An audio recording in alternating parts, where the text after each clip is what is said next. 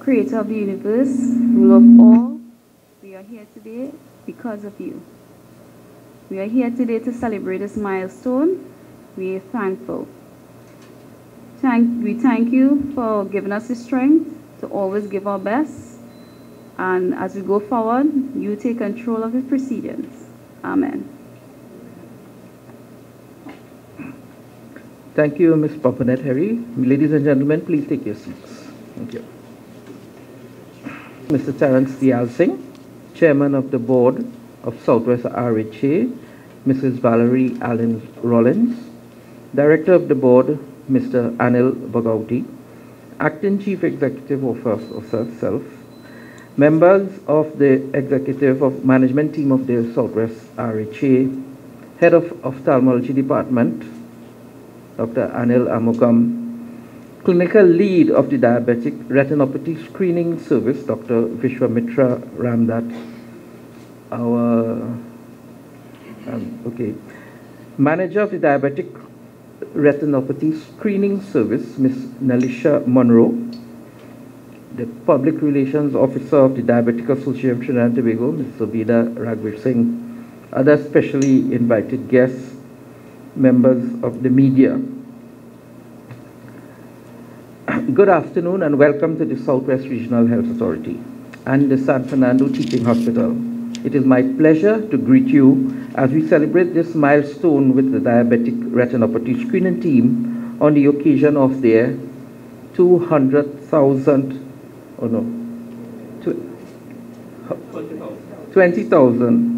eye screenings. I am Dr. Pravin Ramuta, Acting Chief Medical Officer, and I will be guiding you through this afternoon's proceedings. As you all may know, the Diabetic Retinopathy Screening Service initiative started 5 years ago at the Southwest Regional Health Authority as a part of the Johns Hopkins International and Trinidad and Tobago Health Sciences Initiative project. The Southwest RHA was blessed to have been chosen for the screening pilot project in 2013 and to continue with the Diabetic Retinopathy Screening Service at the end of the pilot screening in February 2014. The Diabetic Retinopathy Screening Service, or DRSS, has since expanded to various primary care facilities in the Southwest RHA, and this service continues to identify urgent disease, prevent blindness, and to reduce the need for more expensive treatment interventions for diabetic clients in the Southwest region. To provide an overview of the program of the DRSS, I would like to introduce the Program Manager for the DRSS service at the Southwest RHA, Ms. Nalisha Monroe, and she will take us through, she will do a presentation of the service. Ms. Monroe, thank you. Thank you for your kind introduction, Dr. Ramata. Welcome the Honorable Minister of Health, Mr. Terence Dialsingh, Chairman of the Board of Southwest Regional Health Authority, Ms. Valerie Allen Rollins, Director of the Board, Mr. Anil Bagauti, Acting Chief Executive Officer, Dr. Pravin Ramuta, General Manager Nursing, Ms. Kathy Ann Elborn, Medical Director Primary Healthcare, Acting Dr. Pedram Lala, and Medical Director Primary Healthcare, Dr. Dil Suku, other executives of the Southwest Regional Health Authority, Head of Ophthalmology Department, Dr. Anil Amugam, Clinical Lead for the Diabetic Retinopathy Screening Service, Dr. Vishwamitra Ramdas, Community Diabetic Clinical Lead, Dr. Claude Khan, Public Relations Officer of the Diabetic Association of Trinidad and Tobago, Ms. Subida Raghuveer Singh, other specially invited guests and members of the media. It is my great pleasure to bring you an overview of what we do at the Diabetic Retinopathy Screening Service. And just to begin, what is diabetic retinopathy screening? It's really a simple process that allows us to detect early diabetic changes to the retina. To give you a bit of background on this service, as Dr. Ramuta aptly described to you, it started as a pilot project and was part of the Trinidad and Tobago Health Sciences Initiative, which was managed by Johns Hopkins International for the Ministry of Health. This pilot study was done to determine the feasibility of setting up a national screening program. Early in 2013, Professor David Owens of the University of Swansea was invited by Johns Hopkins to consult on this project, and they actually trained the staff that are currently in the diabetic retinopathy screening service. At the end of the pilot, the data supported the development of a national service, which is still currently being pursued. Our strategic goals of this pilot study were: 1, to increase the capacity for Southwest Regional Health Authority to screen for diabetic retinopathy; 2, to identify patients that needed urgent ophthalmological intervention; 3, to detect early changes of diabetic retinopathy; 4, in the long term, to reduce the need for expensive ophthalmological services for advanced sight-threatening eye disease. So this flow diagram gives you a bit of an idea of what we do in the diabetic or DRSS service.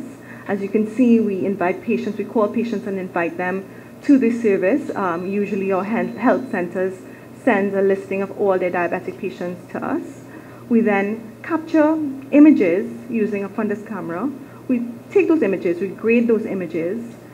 At the end of grading, reports are then done. Reports are sent out to various stakeholders. And if the patient needs some sort of ophthalmological intervention, they are then referred on to the ophthalmology clinic where they are taken care of. Or if they don't need ophthalmological intervention, they are kept in our system, monitored, and rescreened again in a year. So this is just an example of our screening form. This is some of the information. We take a lot of information from these patients before we start screening. Some of it diabetic history, visual acuity, information that will give us a better picture of what's happening with that patient. This is the camera that we use, the fundus camera that we use to take these images.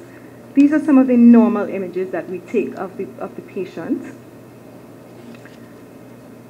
The grading process. When an image is taken, these images can be simultaneously viewed at the grading center. So they're taken out in the health centers. They can be simultaneously viewed at the grading center here at Southwest Regional Health Authority.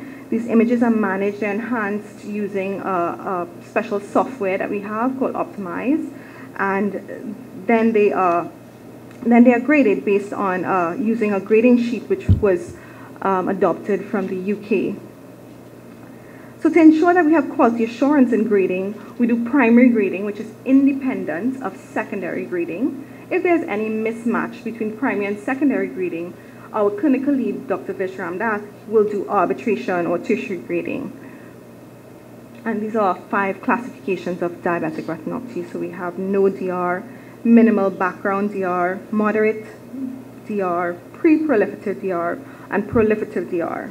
And we also have stages of maculopathy, which are no maculopathy, possible maculopathy, definite maculopathy. And these are just an example of some of the stages that we might encounter of eye disease. So at the end of grading, letters and reports are generated.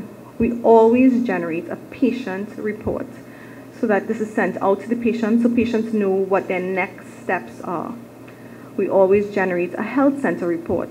We send this to the primary care physician in the health centers so that they know what our findings are and that they can use the information to better manage or to help manage their patients. If the patient needs any sort of ophthalmological intervention, a detailed report is sent to the ophthalmology clinic, outlining what we have seen, and this can also assist them in their investigations. Whilst the patient is in the ophthalmology clinic, we ask the ophthalmologist there to do a patient tracking form, which we collect so that we can always monitor what's going on with that patient. So these are just some examples of what these letters look like and the ophthalmology reports. And these letters are always on blue paper. This is so that it's easily identifiable in a patient's file. At the health centers, the doctors, when they see the blue paper, they know it's the reports coming back from us, so they could take a quick look, it just helps them, guides them along the way. So, the grades that I just referred to earlier it helps us to refer the patients to know, how these patients need to be referred. So either based on their grading, they're referred routinely, soon, urgently, or as an emergency. And as you can see, this table just correlates the grades against how urgent they need to be seen in the eye clinic. So a lot of our patients have been treated at the ophthalmology clinic, and some of the types of treatments given were laser treatments, vitrectomy surgeries, and anti-VEGF. Dr. Ramdath has indicated that there has been a definite reduction in the number of patients in requiring VRS, which is the vitrectomy surgeries, due to disease being identified earlier. In his opinion, also, there's been a reduction of over 20% of patients in the eye clinic. And this is due to two things. One, the diabetic patients that do not need treatment are now being referred to the DRSS, not the ophthalmology clinic, by the health centers.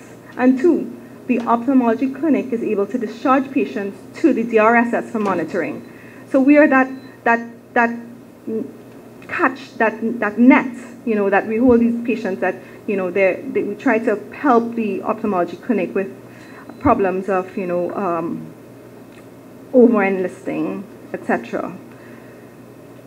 So just to take a quick look at our statistics here, when we started at 2 district health facilities, SWRHA District Health Facility and Couva.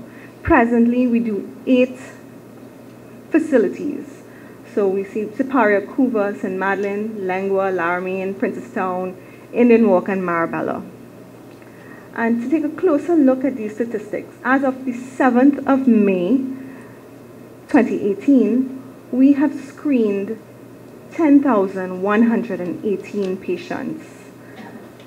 And these patients are not in an ophthalmology clinic. They are not being seen or monitored by an eye specialist.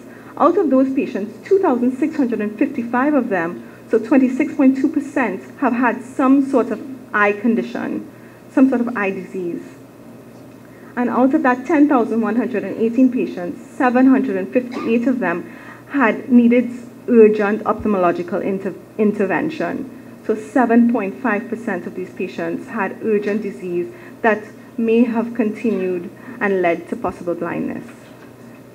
So just, these are big numbers, and but we still have a long way to go. At the end of 2017, so December 2017, the DRSS also does a diabetic register for the Southwest Regional Health Authority.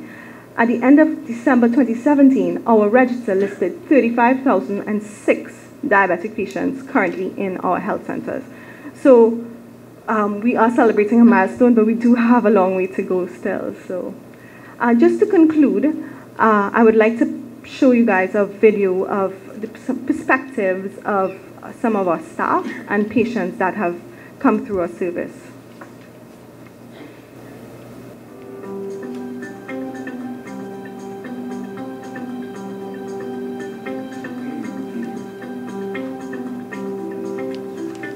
Hello, my name is Harry. I'm a member of the Diabetic Eye Screening Clinic. My experience attending this clinic has always been a pleasant one. I would like to thank the staff for the excellent customer service, timely reports, and dedication towards me. Hi, I'm calling from the Diabetic Eye Screening Services for the Southwest Regional Health Authority. We have received your name from your health center, sir, and we'd like to schedule an appointment with you to get your eye screened with us.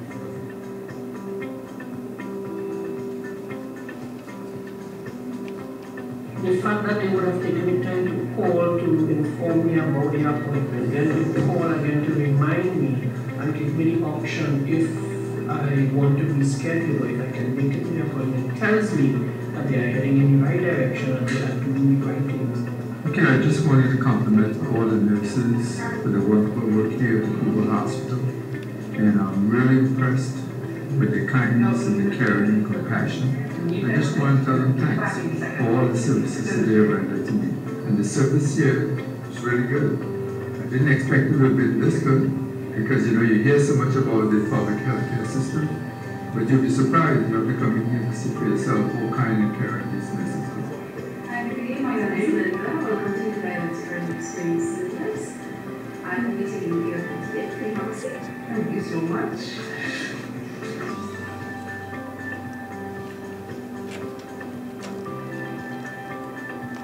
I'm Teresa McLean, patient at Marion Health Center. I'm a diabetic. I have been referred the last 3 years to the RSS service offered here at Marion. I would recommend the center to anybody out there, the general public, who would like to look after their health, especially diabetics, and to assure you that eye care is an essential part of diabetic care, and they really do provide the service that is required. I'm very satisfied and comfortable. Okay, let me give instructions before. I'll go through the subject of dilation fluid in each eye. At first, you will experience a stinging, burning, or itching sensation. It is not going to last very long. I am Ms. Machan from the Clifton District Health Facility. In my opinion, what impact does the service have on the patients? First of all, it makes them aware of the different eye conditions that they can have dealing with diabetes. And it makes them aware of the service. And what I like about the service, we have 6 health centers in our cluster, and most of them are in rural areas. And it's a each one tell one network. So we have a lot of response from the rural areas to come and have the screening done. I am also amazed that when we see some of the photos, some of the conditions these patients are walking around with, they only have months again before they can go totally blind. And thank God for this type of service. These people are made to go to the hospital, to join the clinic, to get further treatment and management. In my opinion, this service is a godsend.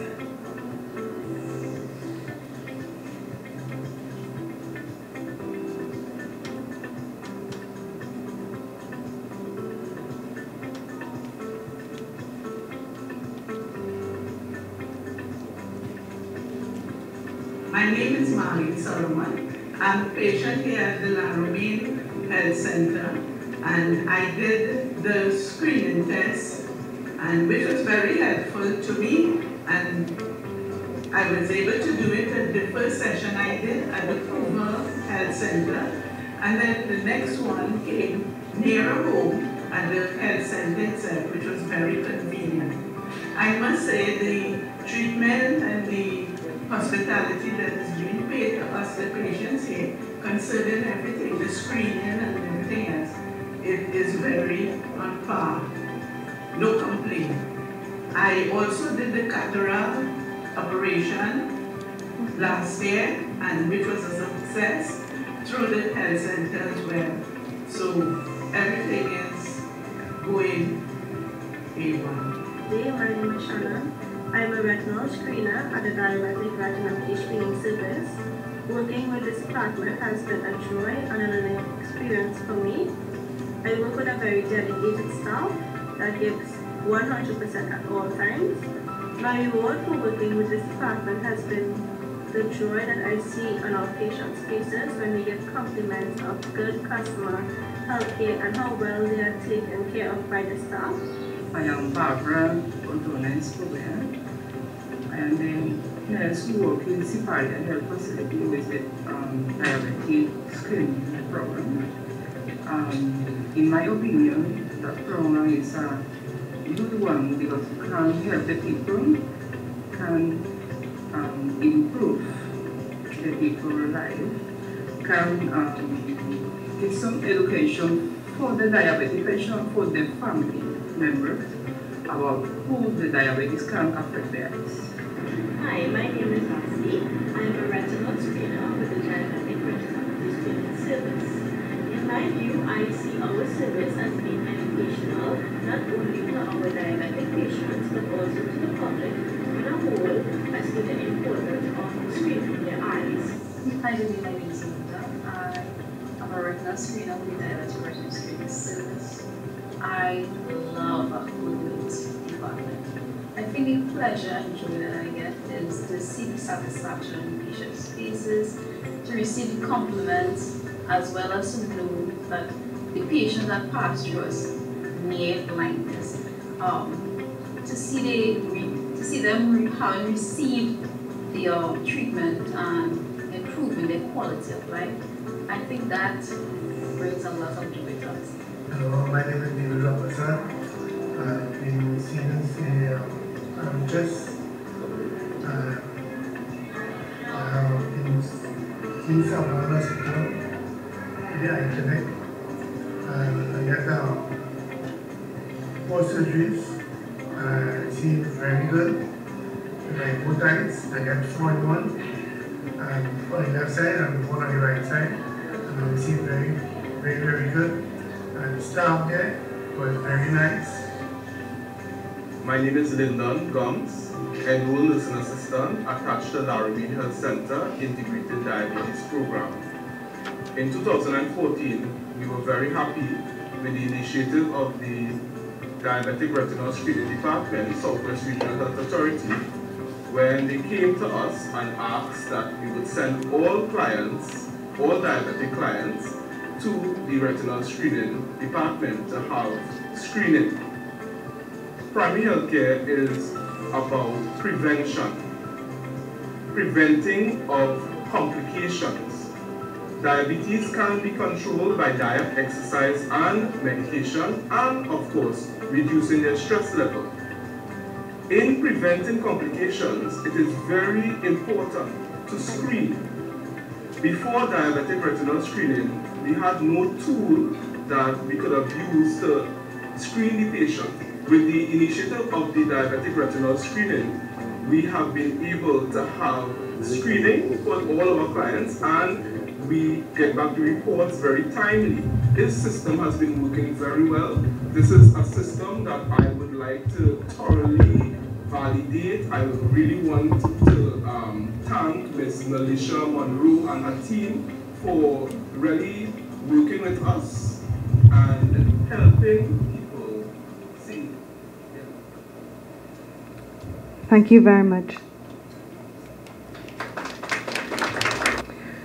Thank you very much. I wish to take this opportunity to applaud and commend Ms. Melisha Monroe, Dr. Amugam, Dr. Ramdat, clinical lead of the Diabetic Retinopathy Screening Service, and the team at that performs the service for their hard work and commitment to enhancing the Southwest RHA's capacity for diabetic retinopathy screening service and improving the identification and the referral process for diabetic patients in need of ophthalmological procedures at the Southwest RHA.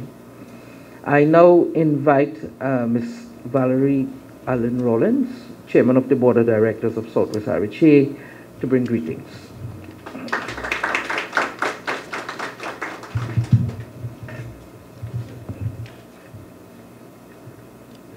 Thank you, Mr. Chairman.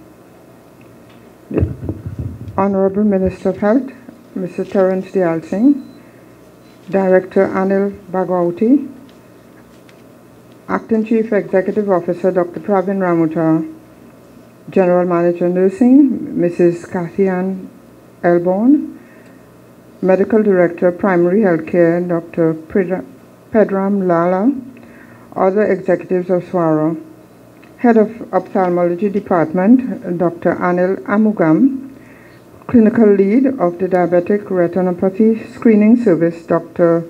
Vishwamitra Ramdat, Community Diabetic Clinical Lead Dr. Claude Khan, Manager Diabetic Retinopathy Screening Service Ms. Melisha Monroe, Public Relations Officer of the Diabetic Association of Trinidad and Tobago Ms. Zubida Ragbir Singh, other specially invited guests, members of the media.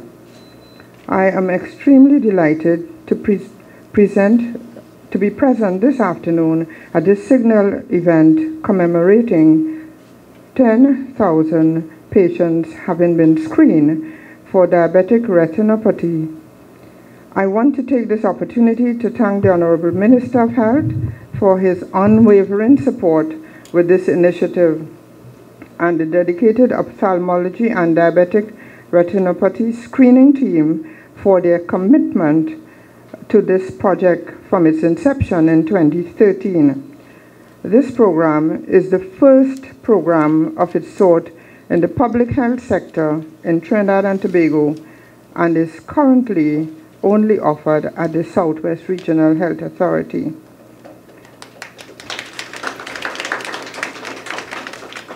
While we celebrate our achievement today, it also serves as an important reminder to all of us on how important it is to take care of our eyes. The most common eye problems we face in our Southwest community are cataracts, diabetic eye disease or diabetic retinopathy, and refractive errors. Cataract is a major problem among the elderly, diabetic eye disease among the not so old, and refractive error, myopia, among the young. However, with the support of the Honorable Minister of Health and his ministry, we have successfully embarked on aggressively reducing our cataract backlog and presently conduct continuous eye screening at our primary school population in order to detect many refractive errors amongst our younger population. Unfortunately, diabetic retinopathy remains one of the major complications and is the most common cause of blindness in the working age population. To date, as we have mentioned, we have screened over 10,000 patients, and I thank those who would have come forward willingly to be screened, as vision loss can be one of the most feared and devastating complications of diabetes. As we continue to seek to improve the healthcare of our diabetic patients, our board has just approved a partnership between the Southwest Regional Health Authority and the Yale School of Medicine to conduct a research study for a diabetes intervention program entitled Lifestyle Intervention with Metformin Escalation, LIME. With our clear success record from regional and international partnerships, we believe that this initiative will assist us to further strengthen our primary care initiatives by implementing preventative strategies that will ultimately reduce the burden of disease.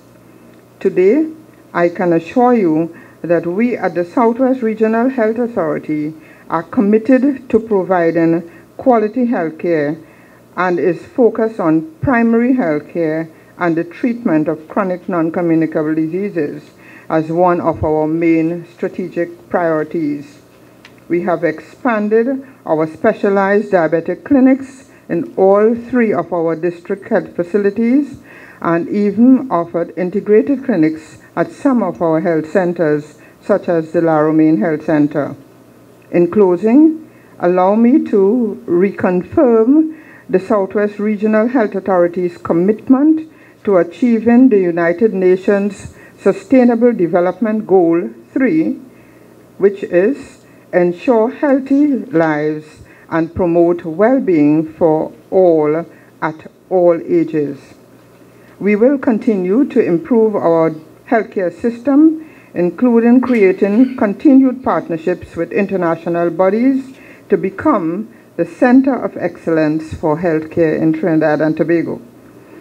I would like to once again congratulate and thank the Diabetic Retinopathy Screening Services team and all our staff who on a daily basis strive to improve the quality of life of our diabetic patients.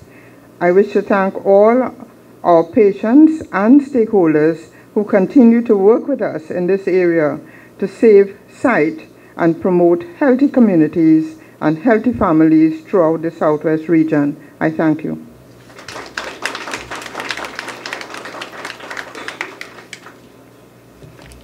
Thank you, Mrs. Allen Rollins. In the need and importance of a coordinated diabetes eye care program to reduce the increasing burden of diabetes and its related complications.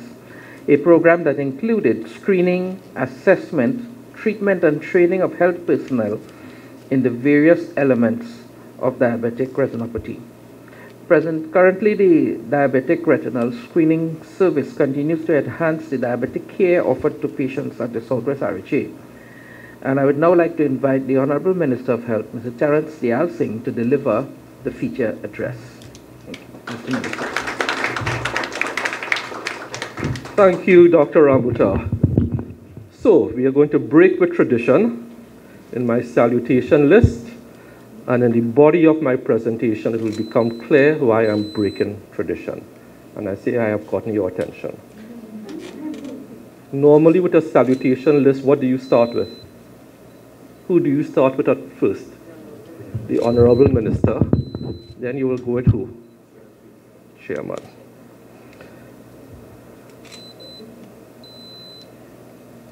For those of you who have been following me, I have been saying that it's time that the public health system becomes more patient-centered. Therefore, first on my list, Ms. Theresa McLean. Patient.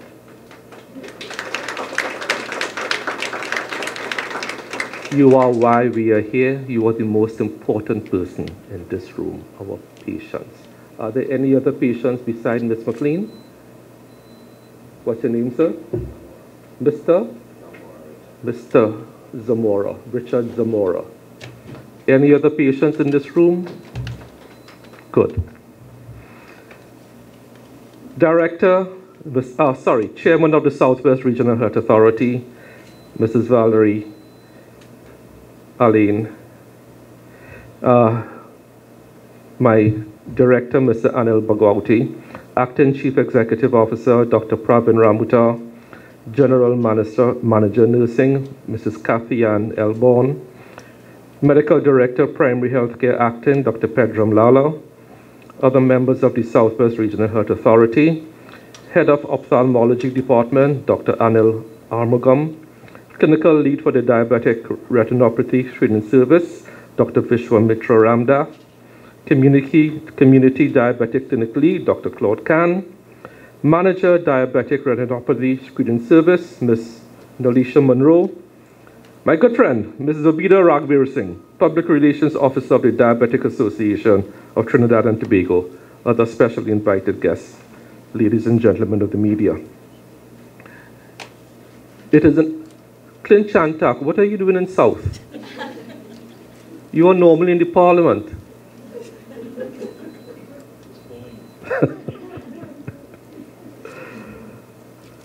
I am absolutely delighted and pleased to be here to celebrate this major milestone of 20,000 eyes or 10,000 persons who have benefited from the diabetic retinopathy screening service. As you know, I have been championing the cause of NCDs, diabetes, hypertension, high cholesterol, cancers. And when you look at the statistics for diabetes around the world, I am saddened that the world did not pay attention to diabetes 20 years ago, Zubida, 30 years ago. Trinidad did not pay attention to it. Even though we signed the Port of Spain Declaration in 2007, after we signed that declaration, Trinidad and Tobago went into a deep slumber, waiting for some prince to come along and kiss Trinidad and Tobago and wake it up out of that slumber and recognize I am not a prince, and recognize that diabetes and other NCDs is a ticking time bomb, which has exploded. Let me give you some statistics to drive home what I'm talking about. The number of people with diabetes has risen from 108 million in 1980, this is globally, 108 million in 1980, to 422 million in 2014. So in 2.5 decades, you have had a fourfold increase, and that is usually an underestimation because you have persons walking around with diabetes who are totally unaware, and I'm coming to that soon.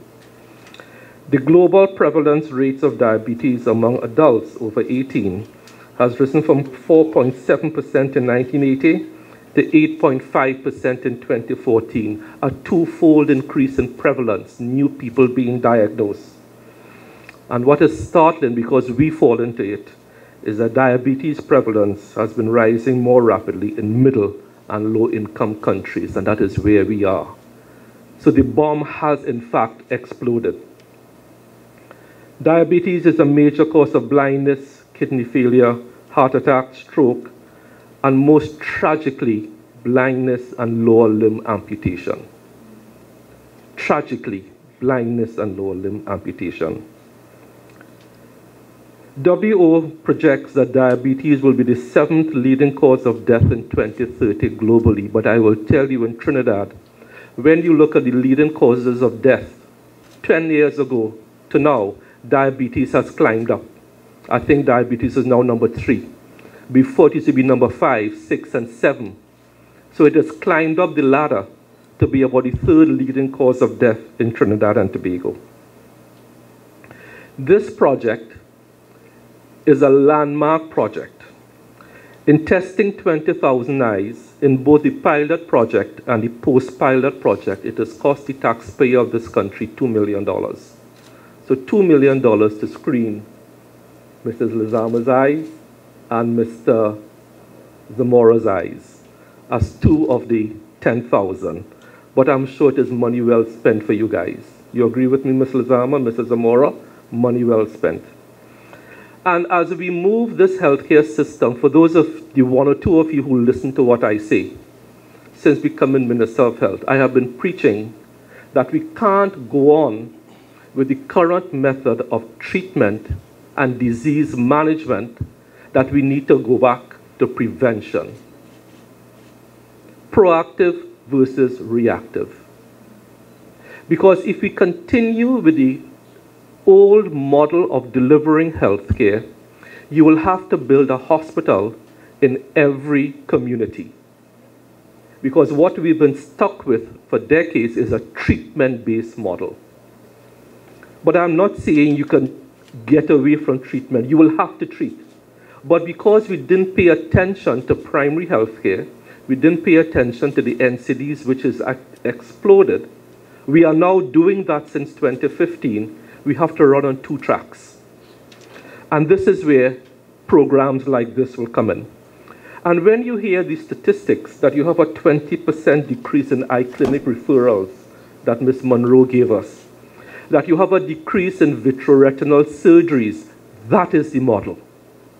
The proactive, prevention-based model versus the reactive treatment of disease model. And that is what we have been championing since 2015. And it is only the public healthcare system that can do this. And this is why, for those 1 or 2 of you who listen to what I'm saying again in my public utterances, I keep referring to the turnaround since 2015 in culture change. Culture change. And leading a part of that culture change will be doctors like Dr. Armugam, who have signed on with me and the initiative to step up cataract surgeries. And remember I said, when I adjusted the protocol list, I will explain to you why I put the patient first.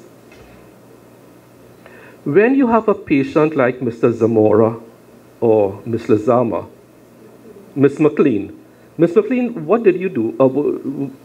Were you a housewife? Did you work? A teacher. Mr. Zamora, what did you do? Bus driver. For the 1 or 2 of you who listened to me 2 weeks ago in the Parliament, when I did my contribution to the mid-year review, I don't know if anybody listened to what I said.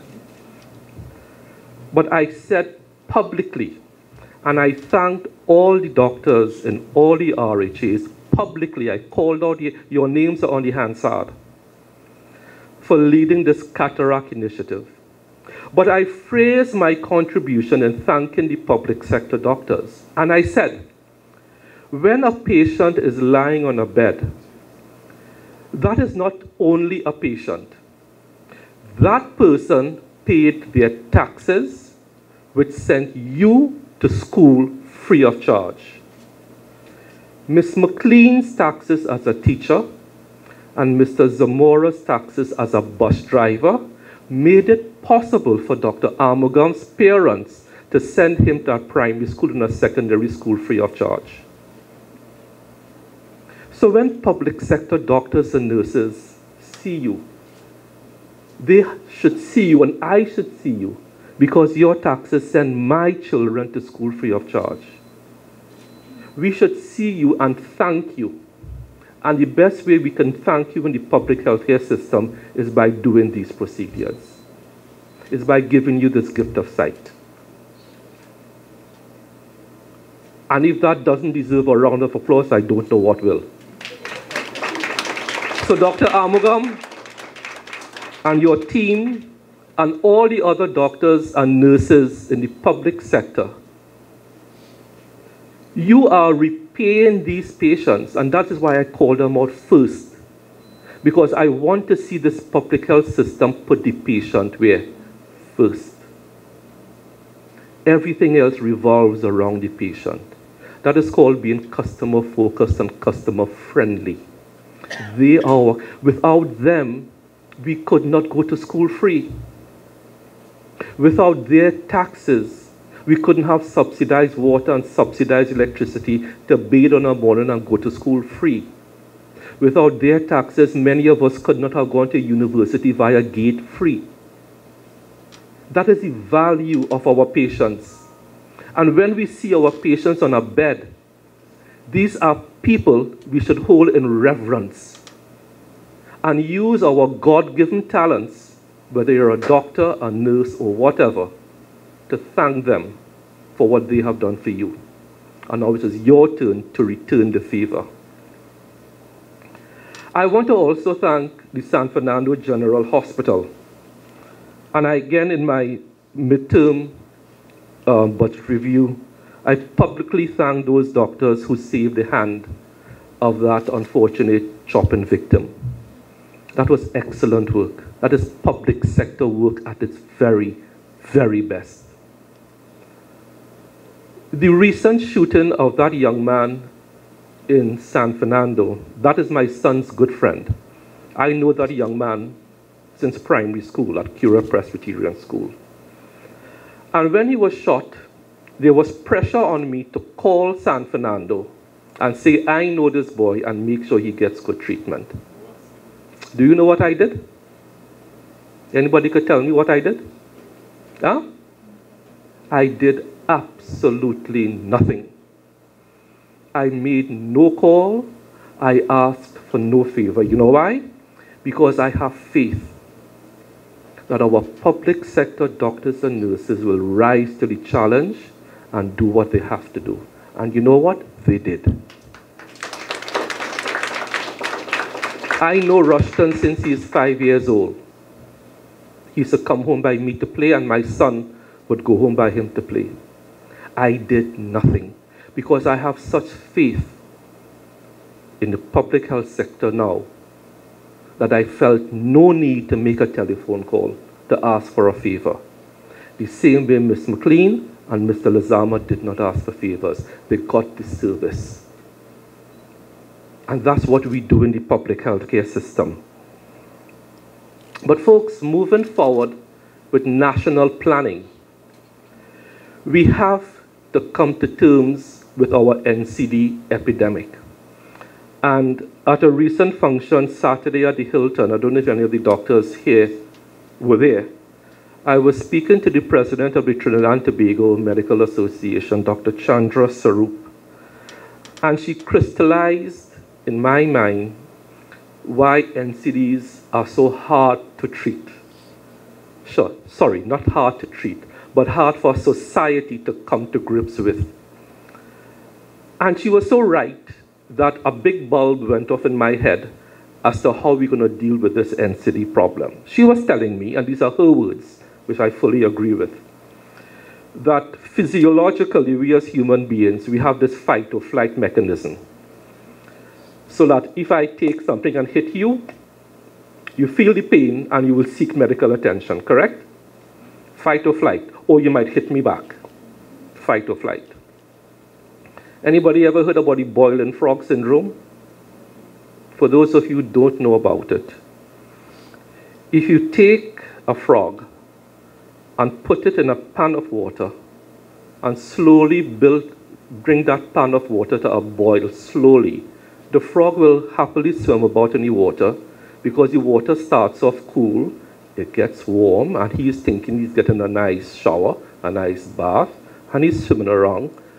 But as he acclimatizes to the warm water and it gets hotter and hotter and hotter, he starts to boil and he doesn't realize he is boiled and he will die. However, if you boil the pan of water and you throw the frog in, what will he do? He will jump out. That is the problem we have with NCDs. As opposed to a broken hip or a broken bone, you will seek medical attention because it hits you now and you feel the pain. But when diabetes and hypertension and high cholesterol is building up in your body, you are unaware. You don't feel the pain. You don't see the effects very often until it is what? Too late. Until your eyes are already damaged, your kidneys are damaged, you have to go for dialysis.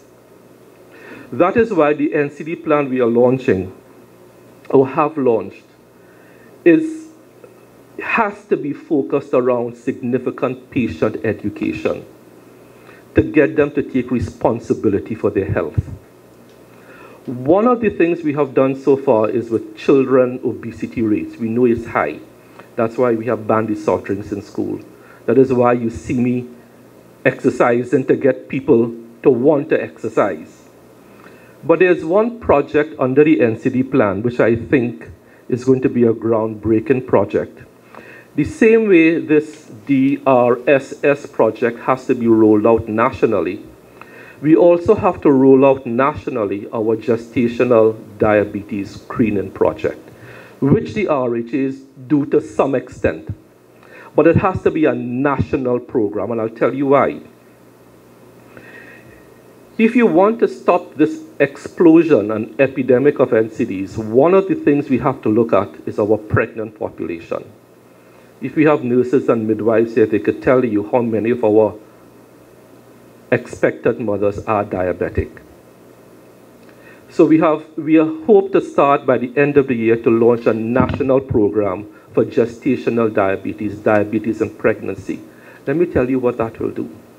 One, it will tackle the mother who is diabetic, especially those mothers who present to us in the public sector who are obese, diabetic, hypertensive, and therefore going to have a very hard delivery and possible maternal death consequences. By the way, talking about maternal deaths, I have been looking at the statistics. I think it is the second time in Trinidad and Tobago we have gone 5 months with no maternal deaths.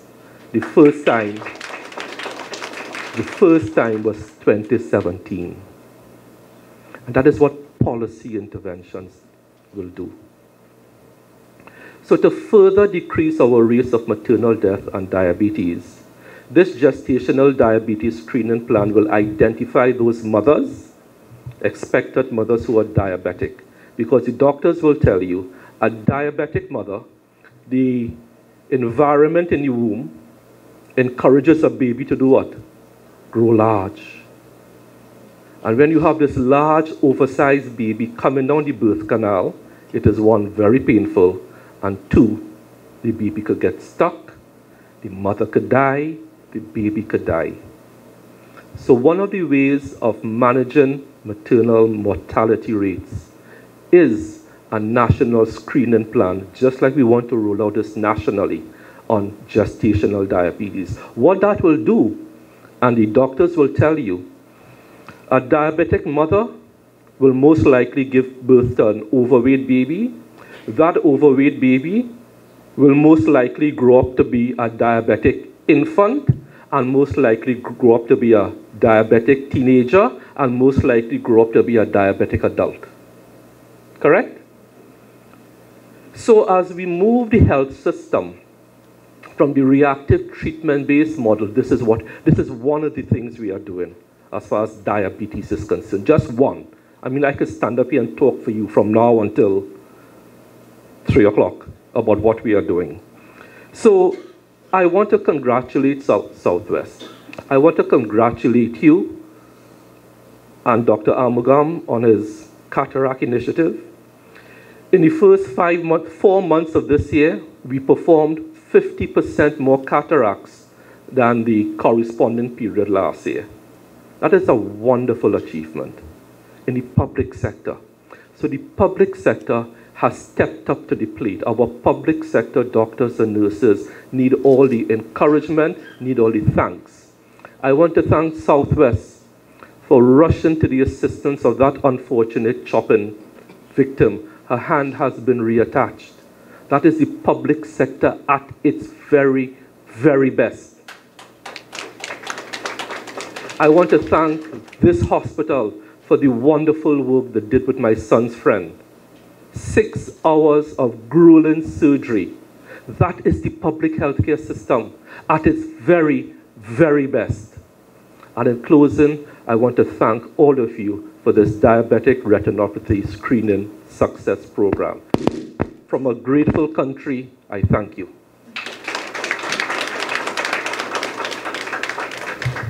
Thank you, Honorable Minister. I would now like to close this evening's proceedings, and I will invite Ms. Linda Papanet-Henry to deliver the vote of thanks. She is one of our diabetic screeners as well.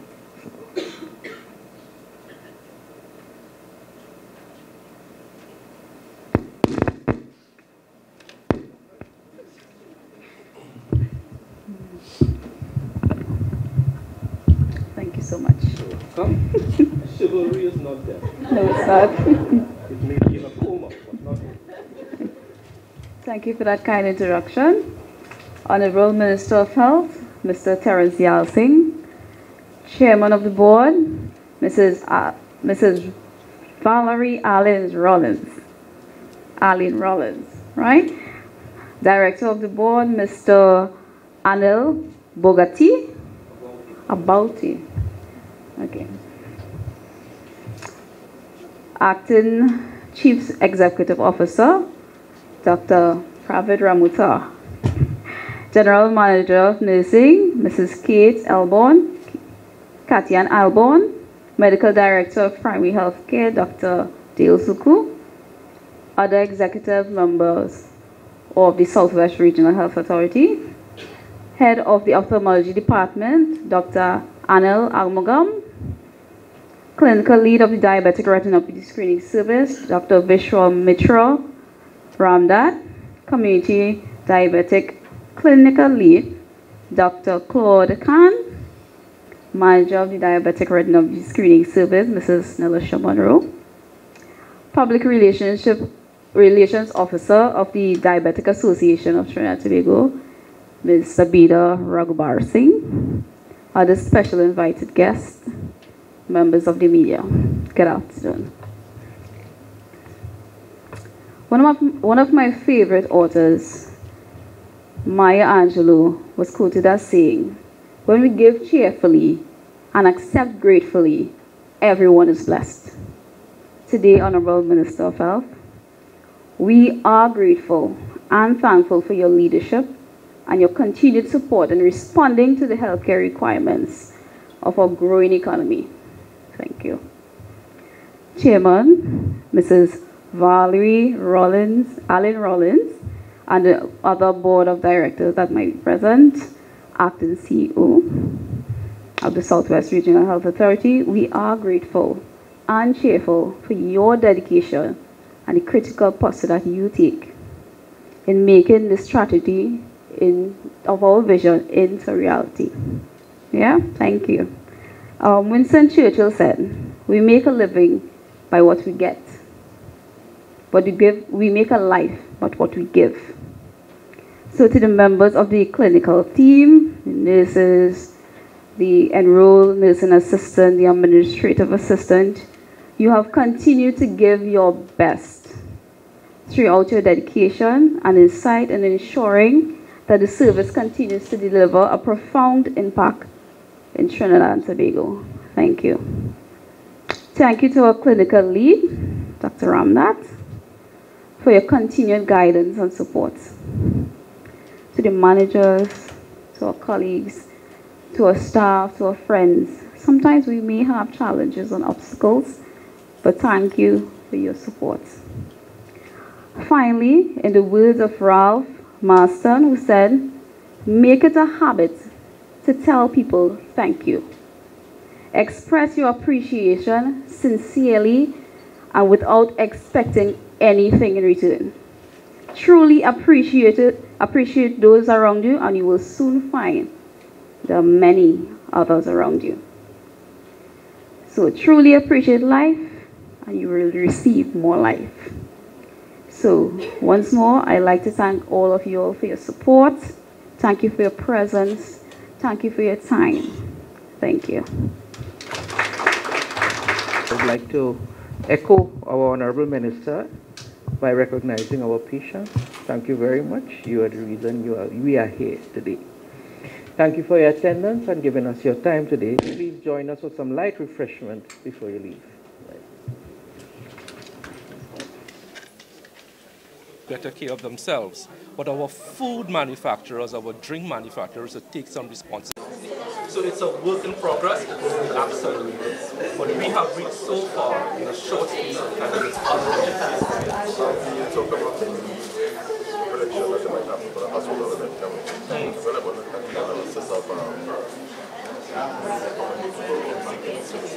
Sure. So I did a rough calculation last year, and we calculated that in all our hospitals and health centers throughout the country, we have about 1.5 million, not people, but interactions with patients, because one person will come in 3-4 times a year. So it's not 1.5 million people, it's about 1.5 million patient interactions in our public health care. And that is a phenomenal number. And the vast majority are happy with it.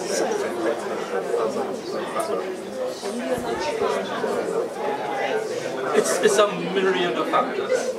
It's part genetic, it's part lifestyle. So we can't beat the genetic component, but we can advise people how to deal with their lifestyle, the choices that they make in eating, what not to eat, how to eat healthy, and most importantly, to be active. We have to get back to a stage where we are active and not just sedentary. This sedentary modern lifestyle is one of the biggest killers. And that is why you are here me telling people, let's start to move. You could jump up in your own home. You could do things, you don't have to join a gym. You don't have to spend money to join a gym. The best investment you can make is go by the hardware store, spend $10, buy a piece of rope, and start to skip. That is what it will cost you. And do exercises at home, sit-ups, pull-ups, run on the spot, lunges, you can do all this at home. And the health benefits are phenomenal. Minister, that's a good question. Sure. They're a very hands-on approach in addressing this issue. Yes. However, in terms of food prep, we can't control what most restaurants do about it. Correct. Food. But I know there was a move years ago to try and meet with them, to discuss the things of health care. Yes. How is that going? Okay.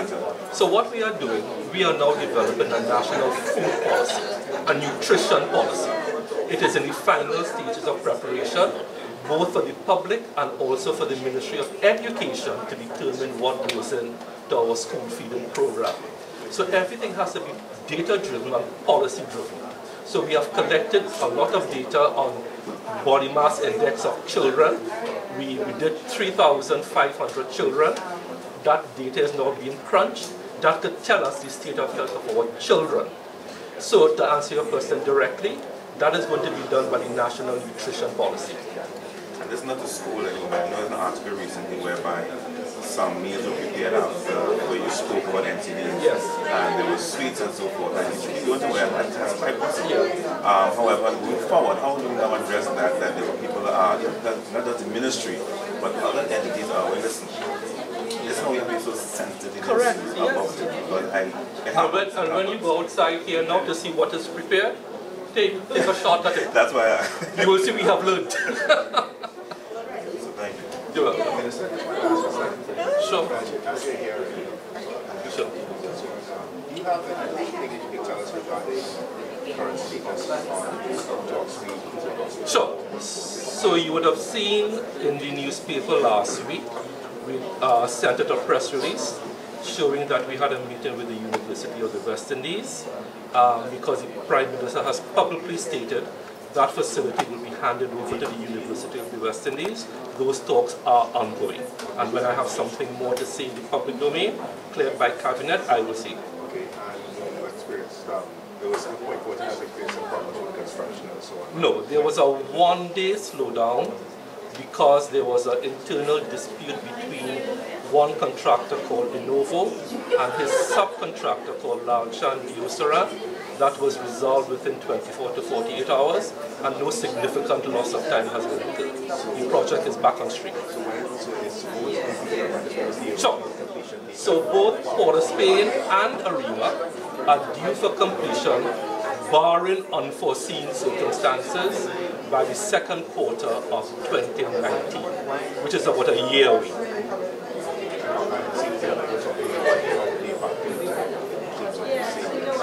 Sorry? Well, the NCD plan is not really about facilities, it's about changing people's behaviors and attitudes. That is where NCDs will be won or lost. And that is what we are doing, getting people to change their attitudes and their behaviors. Thank you very much. You don't want to have a word with our 2 stars?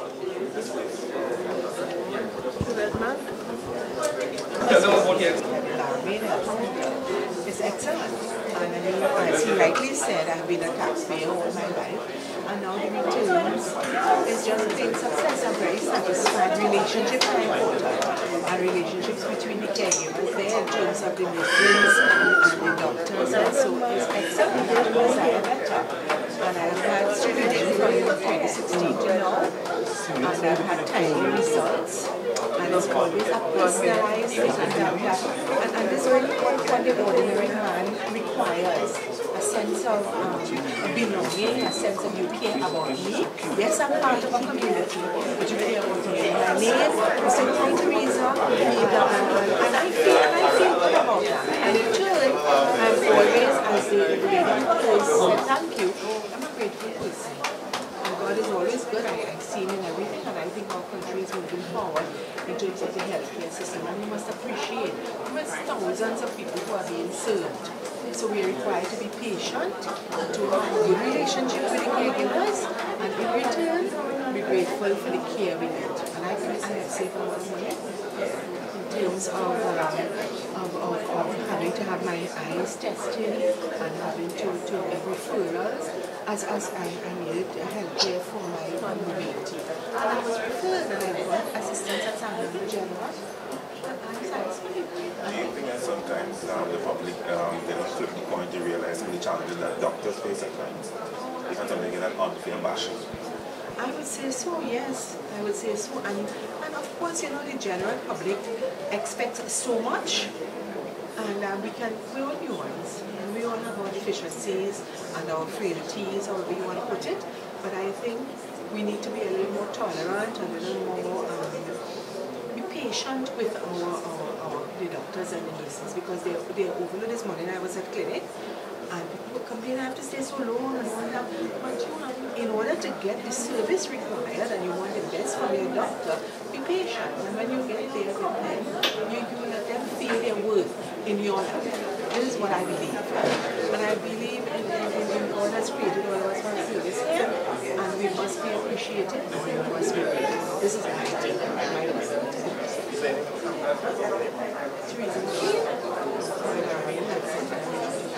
I'm satisfied since I retired. I just resorted in service.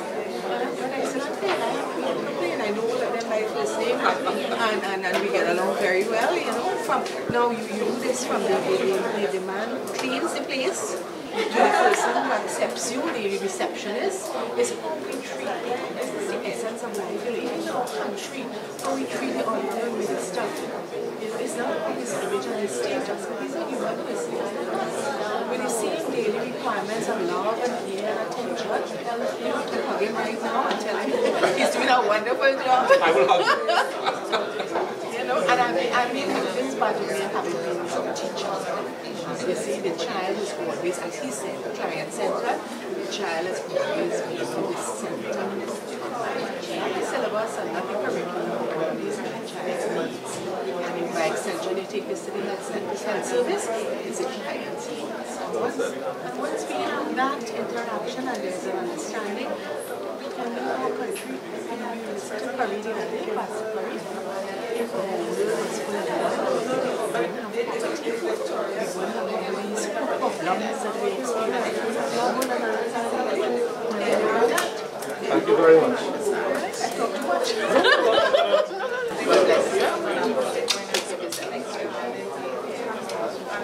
I must say, I am very pleased, first of all, over the health facility. I grew up in that way. And ever since, out of all the hospitals, I go into Cuba. The atmosphere there is homely.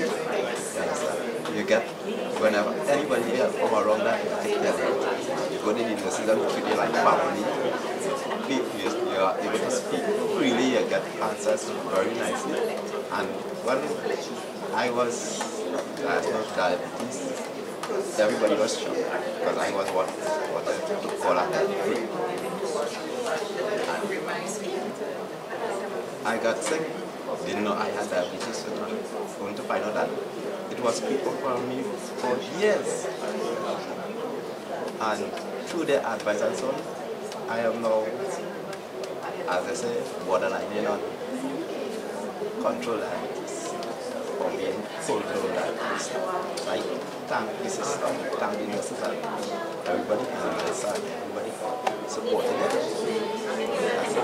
And as a bus driver, he paid his taxes, and now he is getting back his money. And remember, to all of that, my side have to be good because people, children, and public carry. Thank you very much, Mr. Zamora. What's your name again? Richard Zamora. ZMORE. Thank you, ladies and gentlemen.